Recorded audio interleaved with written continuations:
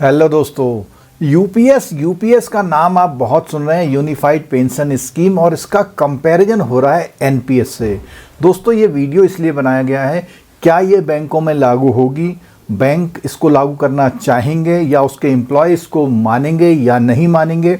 तो इसके लिए दोस्तों यूपीएस पर कंप्लीट वीडियो इसके आगे आपको पूरा मिल जाएगा, उसमें पूरी एक एक बात बताई गई है।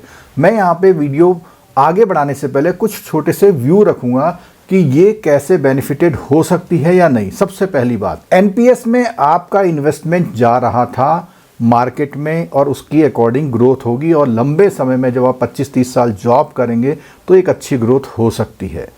दूसरी बात, एनपीएस में कंट्रीब्यूशन आपका 10% है लेकिन एम्प्लॉयर का 14% है, तो ये 4% का एक अच्छा वो हो सकता है। तीसरी बात, बेसिक पे का स्ट्रक्चर गवर्नमेंट का अलग होता है, बैंकों का अलग होता है। तो गवर्नमेंट ने तो कहा है कि लास्ट 12 महीने की एवरेज ड्रॉन सैलरी जो बेसिक पे है उसका 50% देंगे, लेकिन आपका वो अलग होता है। तो 50% की जगह कौन सा फॉर्मूला आएगा।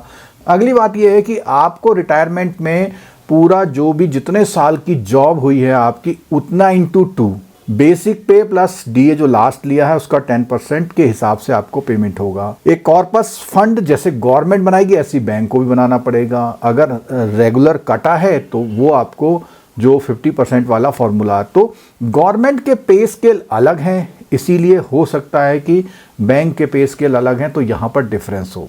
दोस्तों आगे बढ़ने से पहले एक जानकारी हम ये देना चाहते हैं, अगर आप जेआईबी सीआईबी की तैयारी कर रहे हैं, बैंक में एम्प्लॉय हैं और उसको प्रॉपर करके सिंगल अटेम्प्ट में करना चाहते हैं, तो हमारे जो फैकल्टीज़ हैं 17 साल से 30 साल तक की एक्सपीरियंस फैकल्टीज़ आपको लाइव इंटरैक्टिव बैच करा रही हैं, जो कि जेआईबी और सीआईबी दोनों के लिए है। इस समय रिपब्लिक डे ऑफर की सेल चल रही है। जेआईबी 3999 में, सीआईबी 4999 में आपको मिल रहा है, जिसमें आपको एमसीक्यू, आपको revision classes, recording, live marathon classes, concept classes, case study. इसी के साथ अगर सीआईबी की बात करें तो सीआईबी में भी आपको MCQ, case study, revision classes, marathon classes, capsule classes, ये सब आपको मिल रहा है। तो दोस्तों अगर आप चाहते हैं करना तो इसको आप इनरोल कर सकते हैं। इसका लिंक नीचे डिस्क्रिप्शन बॉक्स में दिया है, और मोबाइल एप्लीकेशन जरूर डाउनलोड कर लिए, क्योंकि सारे नोटिफिकेशन आपको उसी से मिलते हैं।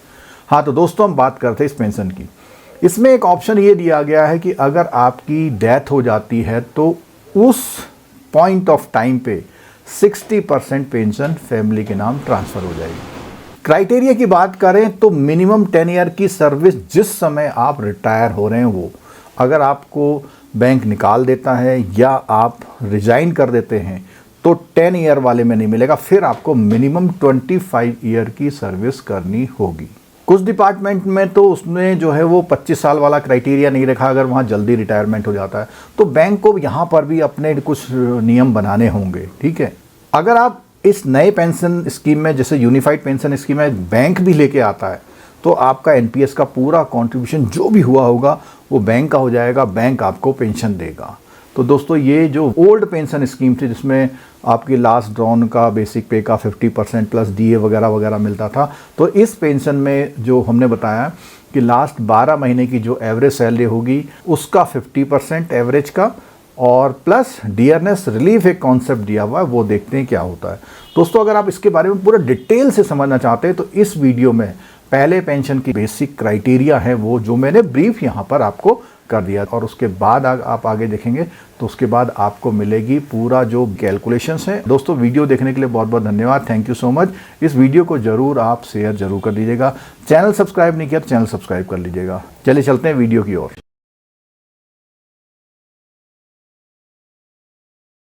हेलो दोस्तों, बहुत बड़ी खबर आ रही है। जो एनपीएस जिसका विरोध हमेशा से चलता रहा कि भैया ओल्ड पेंशन स्कीम लाओ, उसकी जगह पिछले साल सरकार ने एक नई स्कीम लॉन्च की थी जो कि ना तो एनपीएस थी ना ओपीएस थी, उसका नाम था यूपीएस।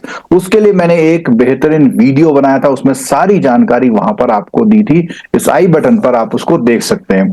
तो दोस्तों ये एक बीच का रास्ता सरकार ने हम लोगों को दिया था, और इसमें ऑप्ट करने का भी ऑप्शन दिया कि आपको कहा कि आप चाहें तो एनपीएस में बने रहे या आप जो है यूपीएस में आ जाएं। कुछ खास बातें इसकी क्या थी। सबसे पहली बात है, इसमें मिनिमम 10,000 की पेंशन का प्रोविजन था। नंबर 2, इसमें जो ईयर सर्विस था वो 25 साल था। 25 साल तक अगर कोई सर्विस कर लेगा, वो अगर वॉलेंटरी रिटायरमेंट लेता है तो उसको इस पेंशन की एलिजिबिलिटी मिल जाएगी। उसके अलावा तीसरा यह था, कोई 10 साल की नौकरी कर लेता है और वो रिटायर हो जाता है, यानी कि जिस समय उसकी रिटायरमेंट एज है उस समय उसकी मात्र 10 साल की सर्विस हुई है, उसको भी पेंशन मिलेगी। अब 25 साल के क्राइटेरिया और 10 साल के क्राइटेरिया, तो इसमें क्या किया था, प्रोपोर्शनेट, जितने साल की उसकी सर्विस हुई होगी उतना, यानी कि 50% उसकी सैलरी का पेंशन फिक्स किया गया था।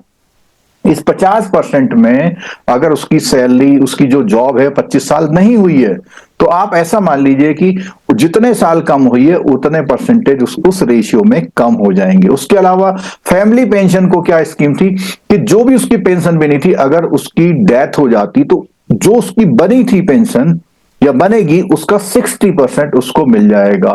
अब बात आती है कि जो लोग एनपीएस में बने रहने देना चाहते हैं, जो लोग बदलना चाहते हैं, तो उनके लिए रूल ये आया है कि वो एक ऑप्शन मिलेगा उनको, वो बदलना चाहते हैं तो बदल सकते हैं।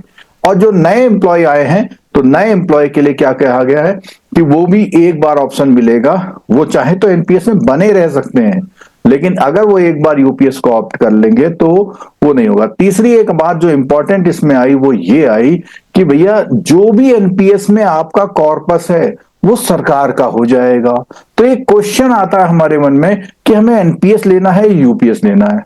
तो दोस्तों इसके लिए जो है, अगर आप पुराना बहुत लंबा आपका एनपीएस में अच्छा कंट्रीब्यूशन हुआ है, उस वैल्यू को एक सिंपल कैलकुलेशन से आप ये देखें कि उससे आप क्या कर सकते हैं। मान लिया आपने प्लॉट ले लिया या कहीं पीपीएफ में जमा किया, ऐसी जगह जमा किया जहां पे अच्छी अर्निंग आ रही है, तो वहां पे आपका विवेक काम कर सकता है। यानी आज की सैलरी बेसिक पे प्लस डी पे जो 50% का इन्होंने कॉन्सेप्ट रखा हुआ है, उस हिसाब से ही, ठीक है। और इसकी कैलकुलेशन तो आने वाले समय में और क्लियर होती जाएगी। और दोस्तों, अगर अभी तक आपने इतना वीडियो देखने के बाद चैनल सब्सक्राइब नहीं किया तो ये गलत बात है दोस्तों। मेरी रिक्वेस्ट है कि चैनल सब्सक्राइब कर लीजिए, क्योंकि ऐसे वीडियोस हम लोग लाते रहते हैं आपके बेनिफिट के लिए। जितनी भी जानकारी होती है, कॉम्प्लिकेटेड जानकारी को एक सिंपल फॉर्म में हम आपके लिए लेकर के आते रहते हैं। तो वीडियो को लाइक करिए, शेयर करिए, चैनल सब्सक्राइब करिए और बेल आइकन दबाना मत भूलिएगा। तो दोस्तों हम चलते हैं अब इस वीडियो के उस पार्ट की ओर जिसमें हम एक एक बिंदु को, क्योंकि जिस सरकार ने गजट नोटिफिकेशन जारी कर दिया है, यानी अनाउंसमेंट जो 24 में किया था, 25 में अब गजट नोटिफिकेशन, और ये अनाउंसमेंट केंद्रीय सरकार के कर्मचारियों के लिए है। इसका मतलब ये हुआ आने वाले समय में राज्य सरकारें भी इसको ऑप्ट करने के बहुत बड़े चांसेस हैं, तो वो भी उनको ऑप्ट कर सकती है। तो अभी तो केंद्र सरकार के कर्मचारियों के लिए है, लगभग 50 लाख कर्मचारी जो हैं उनके लिए आई है। हाँ, जो लोग अभी रिसेंटली रिटायर्ड हो गए हैं उनके लिए भी इसमें ऑप्ट करने का ऑप्शन दिया गया। तो चलिए चलते हैं दोस्तों, डिटेल जो हमारा गजट नोटिफिकेशन आया उस गजट नोटिफिकेशन को देखते हैं कि उसमें क्या क्या इंफॉर्मेशन हमको दी गई है। तो इसमें देखिए दोस्तों, ये 25 जनवरी को एक गजट नोटिफिकेशन यहाँ पे अनाउंस हो गया है, और इस गजट नोटिफिकेशन में केंद्र सरकार का है, तो हमारा जो फाइनेंस मिनिस्ट्री है वो उसको जारी कर रही है। और ये है केंद्र सरकार के कर्मचारियों के लिए राष्ट्रीय पेंशन प्रणाली के अंतर्गत विकल्प के रूप में जो यूपीएसएस को वो चुनना, इसकी इसमें बात की गई है। ठीक है, क्या बातें हैं? सबसे पहली बात जैसे मैंने बताया था कि भैया आपकी कम से कम कितनी 10 साल की सर्विस होनी चाहिए, जो कि रिटायरमेंट के समय होती है। मान लिया आपका रिटायरमेंट डिपार्टमेंट में 55 साल की सबकी एज में रिटायरमेंट होता है, तो यानी कि आपकी 10 साल की सर्विस हो जानी चाहिए तब तक। ठीक है, यानी रिटायरमेंट या सुपर एन्युएशन इसको टेक्निकली बोला जाता है। ठीक है, अब बात करते हैं दोस्तों अगला पॉइंट। तो इसमें कुछ ऐसे भी कर्मचारी होते हैं जो कि क्या है, केंद्रीय सिविल सेवा के कर्मचारी होते हैं, उनके अंतर्गत कोई शास्ति नहीं है, यानी उनके लिए अलग रूल है के प्रावधानों के अंतर्गत एक कर्मचारी को सेवानिवृत्त करने के मामले में सरकार द्वारा ऐसी सेवानिवृत्त, यानी कि उनको अगर जल्दी भी सेवानिवृत्त किया जा रहा तो उनके लिए वो 10 साल का रूल लागू नहीं होगा। ठीक है, जैसा मैंने बताया था कि भैया ये अगर स्कीम का लाभ लेना चाहते हो और 25 साल की सर्विस आपने कर ली है, ठीक है, और उसके बाद वीआरएस ले लेते हो तो भी आप इसके लिए एलिजिबल होंगे, यानी कि 25 साल के बाद वीआरएस लेने पे आपको मिलेगी सुविधा। लेकिन अगर सरकार आपको हटाने या बर्खास्तगी करती है या कर्मचारी रिजाइन करता है तो ये जो है उपलब्ध नहीं होगा इस मामले में, ठीक है।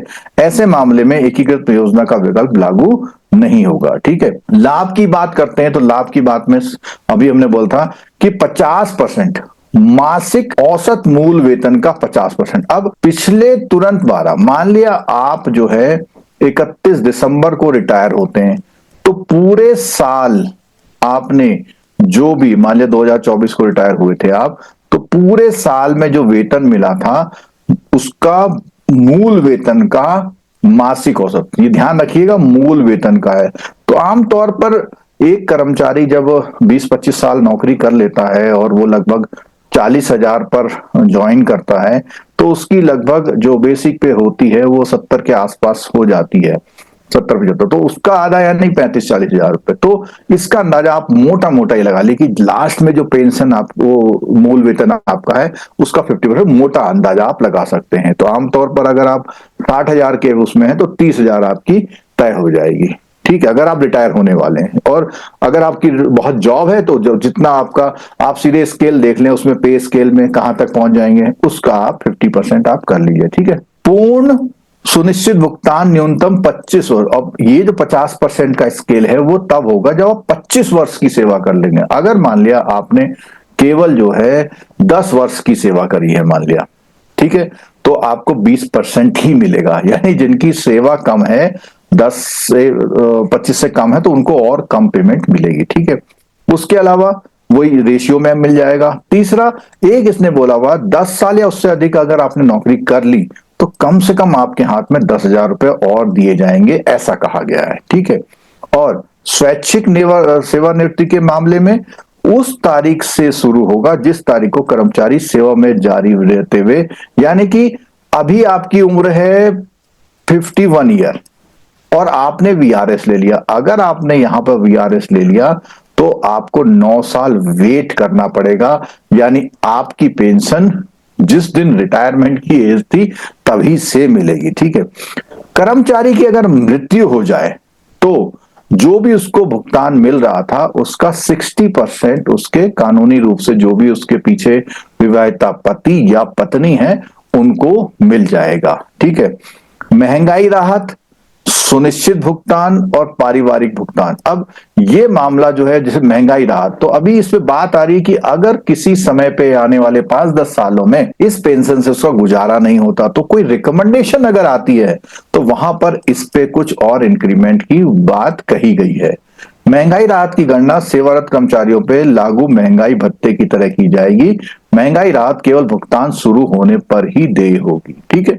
अगली बात आती है कि अगर आपने जो सर्विस थी, जो एलिजिबल सर्विस थी, प्रत्येक 6 महीने के लिए मासिक परिलब्धियों जिसमें मूल वेतन और महंगाई है का 10% एक मुश्त अनुमति, यानी कि जब आप जितनी आपने जॉब कर ली है तो उस जॉब का हर साल का 6 महीने यानी एक साल में 2 टुकड़े हो गए आपके, ठीक है। उन 2 टुकड़ों में क्या मिलेगा आपको, मासिक परिलब्धियां, जो मासिक आपको मिलता है मूल वेतन और महंगाई भत्ता, उसका 10% से एक मुश्त राशि भी आपको दी जाएगी। यह एक मुश्त भुगतान सुविधा उसको मात्रा को प्रोवाइड, यानी कि आपका जो पेंशन है वो अलग चल रहा है और ये एक राशि आपको अलग से दी जाएगी, ठीक है। एकीकृत पेंशन योजना के 2 निधियां बनाई हैं। एक तो ये जो कर्मचारी अपना हिस्सा देता है और उसी के बराबर सरकार भी देती है, ठीक है, के साथ एक व्यक्तिगत कार्पस और केंद्र सरकार के अतिरिक्त अंशदान का एक पूल, यानी कि केंद्र सरकार इसके अलावा भी एक पूल कॉर्पस बना के रखेगी जिससे कि किसी भी कर्मचारी की पेंशन देने में देरी या अयोग्यता ना हो, यानी कि एलिजिबल अपना फंड बना के रखेगी, ठीक है। कर्मचारियों का अंशदान 10% होगा, केंद्र सरकार का भी 10% होगा और ये सब कहां जमा, वो कर्मचारी के व्यक्तिगत में, यानी कि इनिशियली जो ये 10-10 है वो तो कर्मचारी के व्यक्तिगत कॉर्पस में आएगा और एक अलग से अतिरिक्त बना के रखेगी सरकार, ठीक है।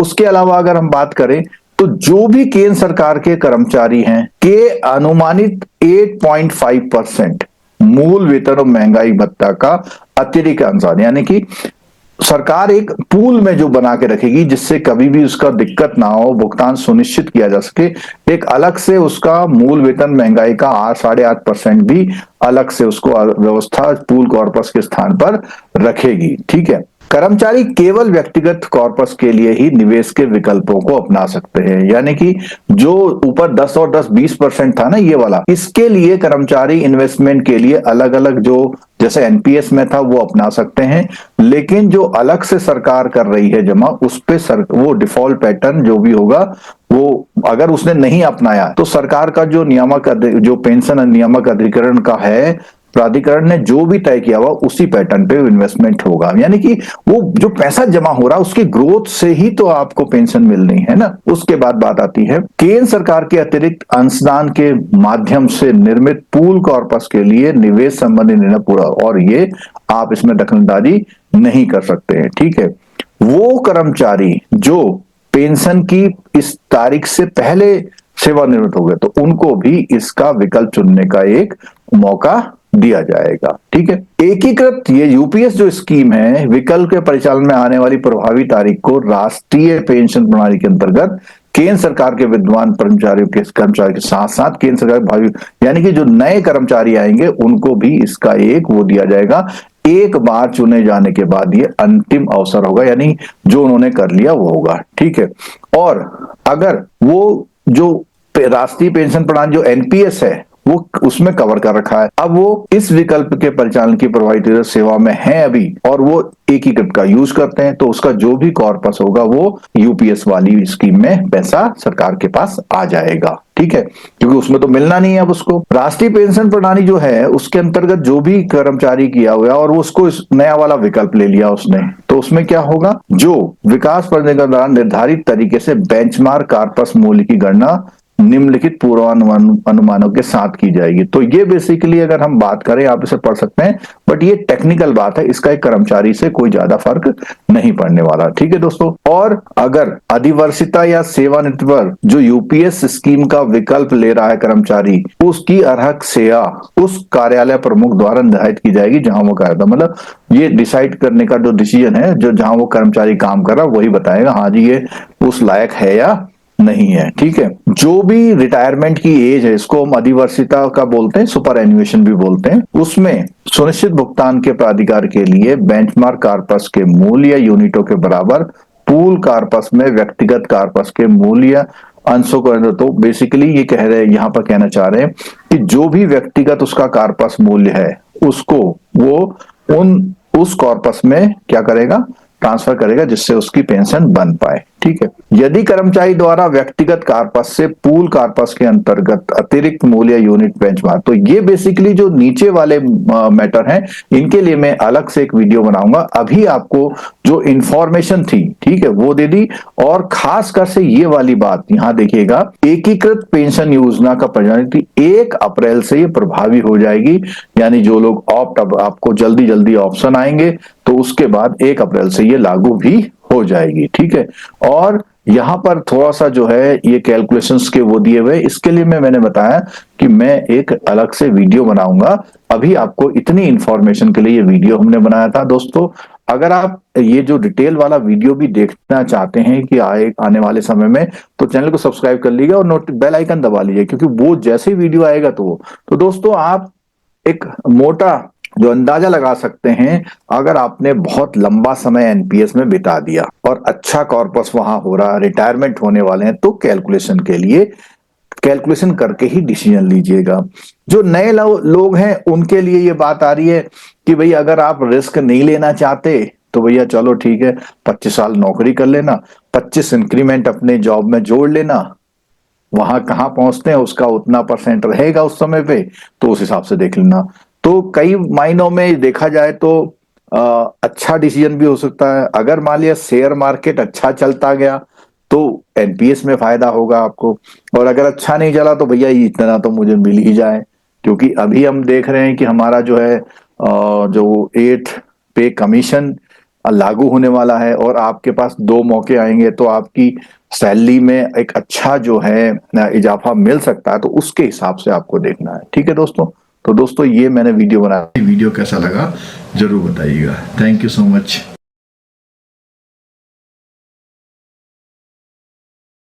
हेलो दोस्तों, यूनिफाइड पेंशन स्कीम का पूरा डिटेल आ चुका है। इसका एक वीडियो मैं पहले बना चुका हूं, और उससे पहले जब इसकी अनाउंसमेंट हुई थी वो वीडियो भी बना दिया था।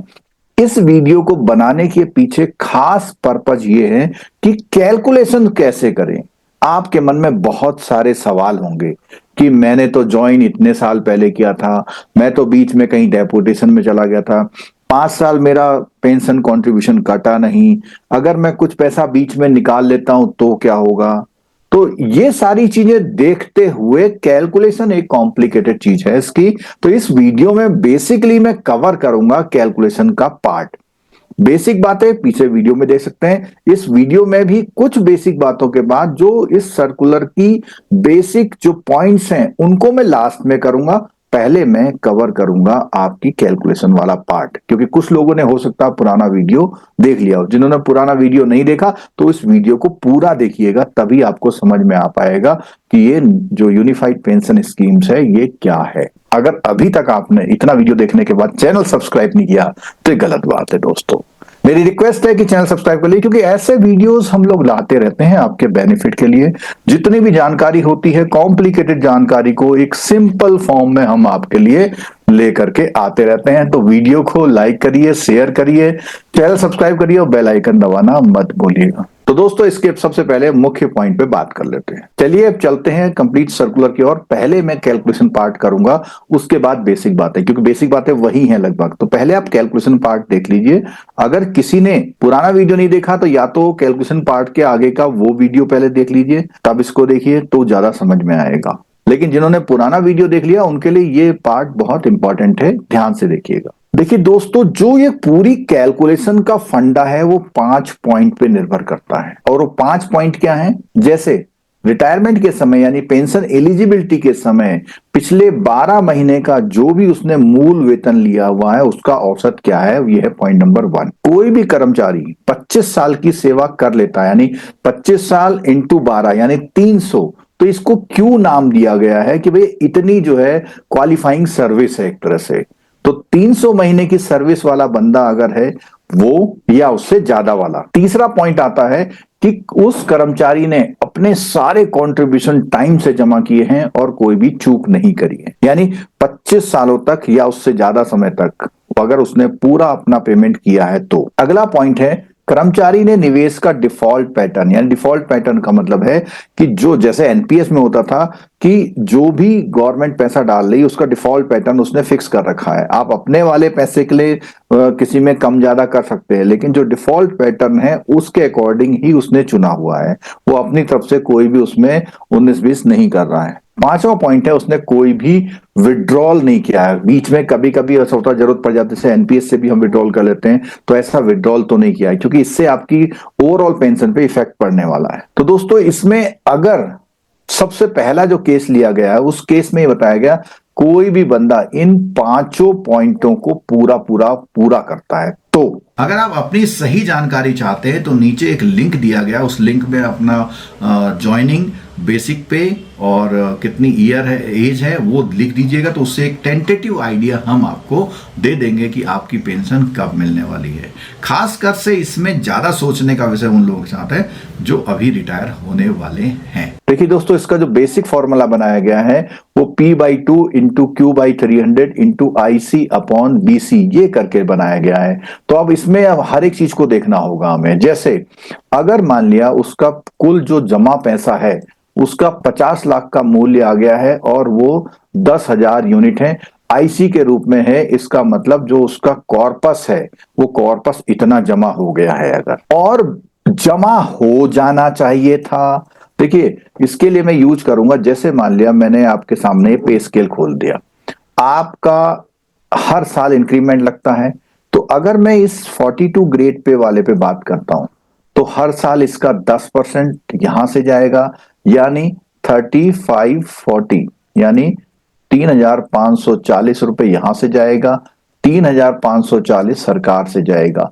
तो ये अगर 10-10% नियमित रूप से गया है, कोई इसमें गड़बड़ नहीं हुई है, यानी पूरा का पूरा जमा हुआ है। तो इसमें जब हम बात कर रहे हैं कि अगर पूरा जमा होता है, तो उन्होंने कैलकुलेट करके देख लिया, मान लिया उसका 50 लाख बनता है और 50 लाख बनता है जिसको बेंचमार्क कॉर्पस कह रहे हैं, और उसका जमा भी इतना हुआ, यानी दोनों चीज सेम है, जितना होना चाहिए जमा उतना हुआ है। ठीक है, तो उस केस में क्या होगा, फॉर्मूला क्या बनेगा। अभी हमने देखा था कि उसकी जो लास्ट हम सैलरी मान रहे हैं कि उसने जो लास्ट मूल वेतन लिया था, औसत मासिक वेतन कितना, 12 महीने इतना लिया था।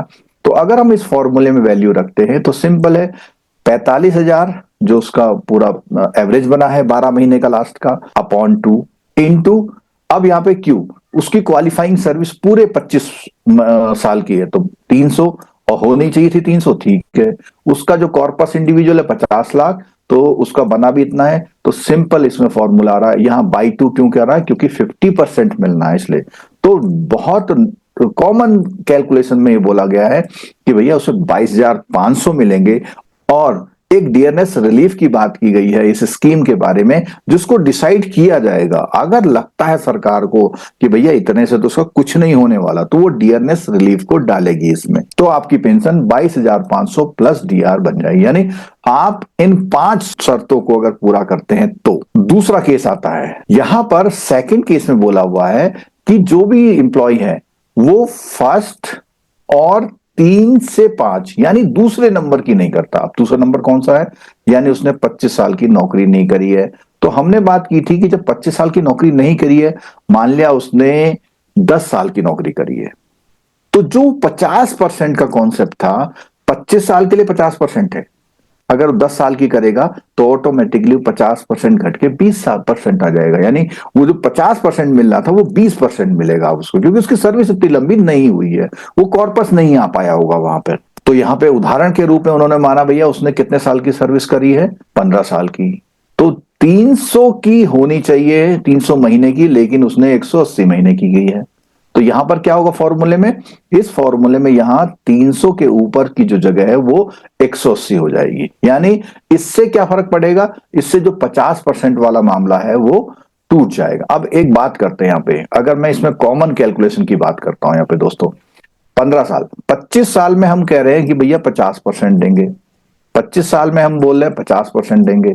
अगर उसने 1 साल की नौकरी करी है तो 50/25 हो जाएगा, सिंपल मैथमेटिक्स की बात करते हैं। और लेकिन उसने करी है कितने साल की, 15 साल की। अगर उसने 15 साल की जॉब करी है तो 50 इंटू 15 अपॉन 25 तो इस हिसाब से हम देख पा रहे हैं कि उसे मिलेगा 30%। कितना मिलेगा, 30%। अब यहाँ पे जो 30% है उसकी जो एवरेज हमने निकाली थी, तो एवरेज हम बार बार देख पा रहे थे कितनी है, ऊपर हमने देखा था 45,000 है। तो 45,000 का अगर हम 30% सीधे सीधे भी निकाल दें तो वहां पर कितना बन जाएगा, 45,000 का 30% निकालेंगे तो देखिए इतना ही बनेगा। तो इस फॉर्मूले से निकालें या जो सिंपल मैथमेटिक्स जानते हैं उससे निकालें तो भी इतना हुआ।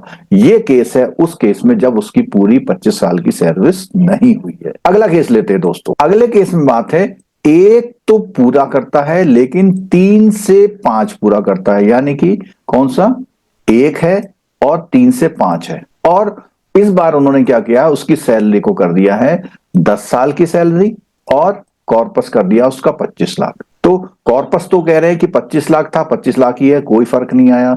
और इधर आ गया आपका, इस बार 10 साल की नौकरी आई तो इतना। तो बहुत कॉमन सेंस में जैसे मैंने बताया कि अगर 10 साल है तो 10 साल में हमने बताया था कि 25 साल में 50%, तो 10 साल में आपका कितना हो जाएगा, 20% हो जाएगा। तो आप देख पाएंगे कि सीधे सीधे अगर 45,000 का 20% निकाल दें तो भी आपका 9,000, चाहे आप इस फॉर्मूले से निकालें चाहे जैसा तरीका हमने बताया वो, और प्लस साथ साथ डियरनेस रिलीफ को तक बढ़ाया जाएगा। क्यों, क्योंकि इसकी जो एलिजिबिलिटी आई है, इसने सेवा पूरी नहीं कर पाया था, क्योंकि 10 साल का क्लॉज लगा हुआ, तो 10 साल तो कर ली। तो 10 साल वालों के लिए नियम आया कि भैया कम से कम उसे 10,000 तो मिलेंगे, जबकि कैलकुलेशन में कितना आया, 9। और इसमें ध्यान रखना है कि बीच में उसने विड्रॉल ना किया हो जितना उसका कटना चाहिए था प्रॉपर कट के आया हो। अब दोस्तों बात करते हैं तीसरे नंबर केस की, जहां पर फर्स्ट, थर्ड और फोर्थ शर्तें पूरा करता है। देखते हैं जरा एक बार और, फर्स्ट, थर्ड और फोर्थ पूरी करता है, यानी कि दो चीज नहीं, एक तो उसकी सर्विस कम है और दूसरा उसने कोई निकासी की है। तो इस केस में कैसे होगा दोस्तों, तो इसमें बोला 10 साल, यानी कि सर्विस पूरी नहीं की है, बिल्कुल ठीक हो गया। और यहां पर उसका जो कॉर्पस है बनना चाहिए था 25, क्योंकि उसने बीच में कहीं निकासी कर लिया, बीच में गैप मार दिया, तो उसका बना है 22। तो यहां पर क्या होगा, उसी रेशियो में उसकी पेंशन में फर्क पड़ेगा। बनना चाहिए था 25 लाख, जो कि चार्ट से मिल जाएगा। उसकी पूरे जीवन की जो बेसिक पे थी उसका 10% निकाल लेंगे तुरंत और पता लगा लेंगे भाई ये तो आया नहीं, इसका कब कब कम आया है। अब ये कैसे पता लगेगा दोस्तों, इसका पता लगेगा जब आपका एनपीएस कटता था उस स्टेटमेंट से मालूम हो जाएगा। अगर आपने बीच में एनपीएस में पैसा नहीं जमा किया है, 3 साल बीमार रहे, नहीं हुआ कुछ हुआ, तो वहां से कंपेयर होगा यहाँ पे। और सेवा उसकी बिल्कुल है तो 20% के हिसाब से आ जाएगा यहाँ पर। तो यहाँ पर क्या है कि वो 9,000 जो बनना था, तो 9,000 के हिसाब से उसका 10 मिल रहा था वहां पे, लेकिन यहां पर उसे 10,000 वाला फायदा नहीं मिलने वाला। क्यों? क्योंकि उसका कॉर्पस उसने निकाल लिया, अब उसकी वजह से कम हो गया है। अगर उसकी वजह से कम नहीं हुआ होता तो उसे निश्चित रूप से 10 मिलते, लेकिन यहां पर उसको नुकसान होगा क्योंकि उसने पैसा निकाल लिया है। अगर मैं नट सेल में बात करूं कि जो आपका पैसा वहां निर्धारित रूप से जमा होगा, तो आपको वो जो क्राइटेरिया है 50% पेंशन वाला वो पूरा होगा। अगर आपने बीच में डिस्टरबेंस करी है तो उसका रेशियो निकलेगा। दोस्तों अगले केस की बात करते हैं। तो अगला केस ये कहता है कि अगर कर्मचारी ने फर्स्ट, सेकंड, फोर्थ और फिफ्थ यानी थर्ड नंबर को छोड़ दिया। अब थर्ड नंबर क्या है देखते हैं। थर्ड नंबर में कहता है कि उसने कोई चूक नहीं करी है, यानी कि चूक हो गई है उससे, ये नहीं है, ये शर्त है, ये शर्त फुलफिल नहीं कर रहा है, यानी कि उससे कोई चूक हो गई है, और बाकी शर्तें पूरी करी हैं। जैसे कि उससे चूक होने से क्या होता है, आपका जो नियम का कॉर्पस बनना चाहिए था, बेंचमार्क कॉर्पस, वो नहीं बन पाता है क्योंकि आपने कुछ समय नहीं दिया, इंडिविजुअल कॉर्पस नहीं बन पाया आपका उतना, ठीक है। तो यहां पर क्या है, इस फॉर्मूले में क्या होगा, एक तो यहां पे कॉर्पस आपका कम हो गया, लेकिन सर्विस आपकी पूरी है, 50% आपको पूरा मिलना, तो इस हिसाब से आपका ये बन के आता 20,250। जबकि उसकी सैलरी, क्योंकि हर केस में हमने सैलरी कितनी ले रखी है उसकी लास्ट 45,000, तो 45,000 अगर सैलरी ले रखी है तो उसका जो 50% होता है वो बनता है 12,500। अगर 45,000 सैलरी है तो उसका जो बनता है 50% वो बनता है 22,500, लेकिन यहां बनेगा 20,250। अगला केस है दोस्तों जहां पर 1 से 4 नंबर तक की शर्त को पूरा करता है, पांचवी शर्त नहीं करा, यानी उसने क्या कर ली है, कुछ पैसा निकाल लिया है। तो इसमें भी क्या होगा, देखो पैसा निकालना या जमा ना करने से आपके कॉर्पस और उसके रेशियो में फर्क आता है, और ये रेशियो है इसी से, क्योंकि आपके इस वाले कंपोनेंट में कोई फर्क नहीं आ रहा, इसमें कोई फर्क नहीं आ रहा, आपके कॉर्पस में फर्क आने से आपकी एलिजिबिलिटी जो बननी थी वो नहीं बनती है। बननी चाहिए थी 22,500, लेकिन क्योंकि आपका कॉर्पस नहीं उतना बन पाया, यानी डिस्टरबेंस हुई है, तो आपकी बनी 18,000 और प्लस डीआर। तो आप इसकी कैलकुलेशन से अगर आपको कोई दिक्कत आ रही है तो आप हमसे कांटेक्ट करके, नीचे हम एक फॉर्म दे देंगे, उस फॉर्म में अपना ये डिटेल्स डाल के आप हमारा नाम पता लिख करके अपना दे देंगे, तो हम उसको आपको निकाल के भी बता देंगे। अब दोस्तों अगला केस आता है, और मैं ये मानता हूं ये वाला जो केस है ये बहुत खतरनाक है। क्यों खतरनाक है, आपने नौकरी करी मान लिया 35 साल, और 35 साल में आपका कॉर्पस व्यक्तिगत हो गया 55, और आपको चाहिए था 50। तो यहां पे क्या होगा, कोई भी बेनिफिट यहां आपको नहीं मिल रहा, यानी पेंशन आपकी उतनी ही रहेगी। तो ये उन लोगों के लिए शायद अच्छा नहीं है जो 35 साल में, 40 साल में रिटायर होंगे, उनके लिए अच्छा नहीं है, क्योंकि और लोगों के लिए तो क्या है, अगर कॉर्पस कम है तो सरकार तुरंत कट कर ले रही है, बाकी लोगों का कॉर्पस ज्यादा, तो उसका क्या बेनिफिट मिल रहा है, अब इसके बारे में कुछ भी क्लियर नहीं है, ठीक है। केवल एक चीज हो सकती है, जितनी उनकी सैलरी बनेगी, जैसे अभी हमने बात की थी, एक कैलकुलेशन में बात हुई थी कि भैया उनको 10% इमीडिएट देना, यहां पर मैं इस कैलकुलेशन को भी बता रहा हूं, 10% इमीडिएट देना। कैसे देना है, 10% देने के लिए उन्होंने कहा है कि लास्ट जो ड्रॉन उसकी बेसिक पे है, प्लस उस पे डीए जो मिलता है उसे, इन दोनों को जोड़िए, और जितने साल की उसकी सर्विस हुई है इनटू कर दीजिए 2। मान लिया कि हर 6 महीने की बात हुई है ना, मान लिया उसने 35 साल सर्विस कर ली, तो उसको क्या कर देंगे, 35 साल की सर्विस को 35 इंटू 2 कर देंगे, यानी कि 70 से मल्टीपल। तो जो आपका, अब मैं एक एग्जांपल देता हूं, अभी हमने देखा कि उसकी सैलरी जो है 45,000 है, और आज की तारीख में हम 50% का डीए या कुछ मिला लें तो मान लेते हैं ये 22,500 उसका डीए हो गया, मोटा मोटा 50%। तो उसकी जो सैलरी बन रही है वो 67,500 बन रही है। तो अगर हम 67,500 को का 10% निकालेंगे तो ये हो जाएगा हमारा 6,750, और 6,750 इंटू हो जाएगा हमारा 70, इंटू क्या हो जाएगा 70। तो अगर हम इसके हिसाब से देखते हैं तो क्या एक अंदाजा आप लगा सकते हैं कि 6750 इंटू 70 तो ये बन जाएगा दोस्तों 005 इतना। तो लगभग 4,72,000 रुपए से जो 10% का इमीडिएट मिलना, ये रकम बहुत कम है।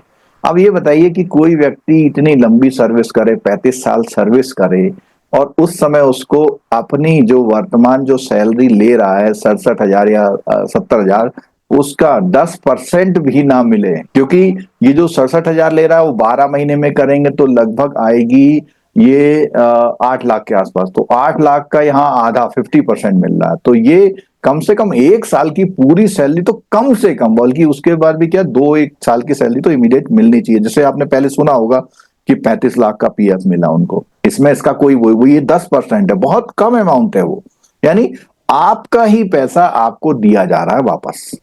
अब दोस्तों एक बहुत ही इसमें इंटरेस्टिंग पॉइंट है, यहां पर क्या है कि जो एक केस है जिसमें 1, 2, 3 और 5th यानी 4 नंबर नहीं है। तो 4 नंबर क्या है? 4 नंबर है कि उसने डिफॉल्ट पैटर्न नहीं चुना।